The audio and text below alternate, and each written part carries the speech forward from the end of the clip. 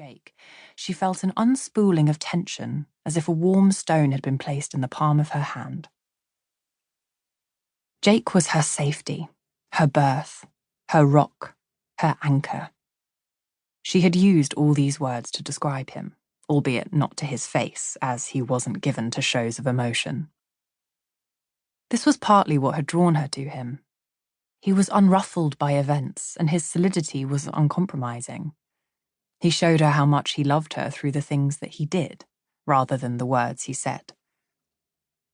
She knew Jake mistrusted overt displays of affection because he found them insincere. After Marisa's childhood experiences, where passion was deployed by her mother like heavy artillery in a battle with no clear end, she was relieved by Jake's undemonstrative nature. When she visited the house, it felt right for them. A sanctuary of sorts, but light-filled and blank enough to furnish with their own character. The kitchen was in the basement, every possible dividing wall knocked out so that the room stretched outwards like a beach.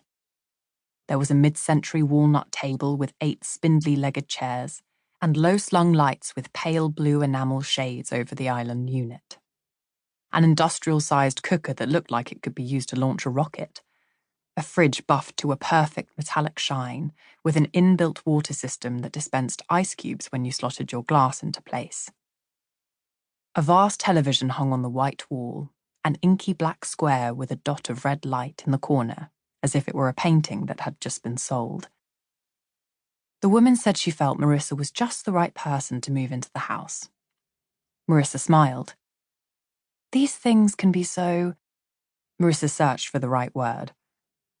Instinctive, I guess. Instinctive, the woman nodded. Exactly.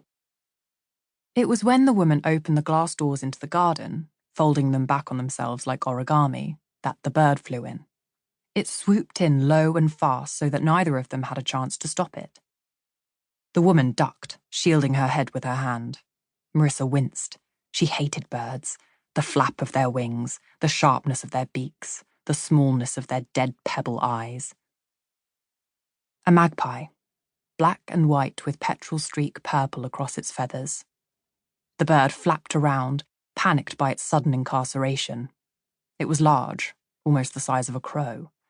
It darted right up into the corner of the ceiling, farthest away from where they were standing. "Shoo!" the woman shouted, walking towards the bird, raising her arms up and down by her sides to scare it off. "Shoo!" "I don't think," Marisa started. She had been going to say that she didn't think it was wise to scare it, but the bird shot off before she could finish the thought. The tip of its powerful wing crashed into a small, intricately painted vase on the top of the bookshelf.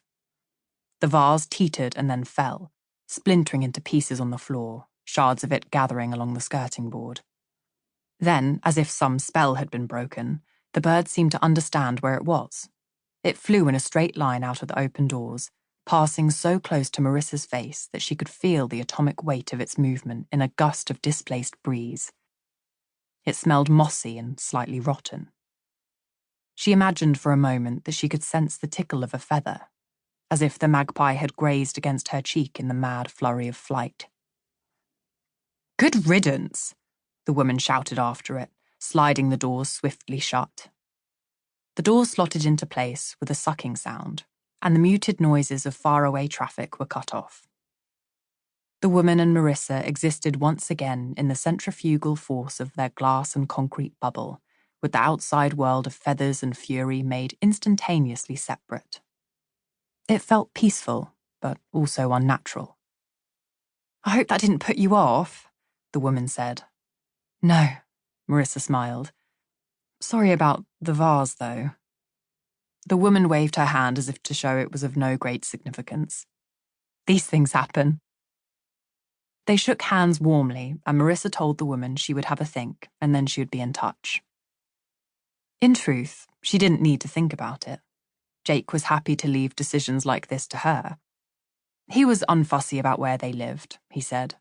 He just wanted her to be happy and for there to be enough room to start a family as soon as they moved in. He saw it as her domain, and although Marisa should have felt indignant at this retrograde parceling up of the domestic, although she should have questioned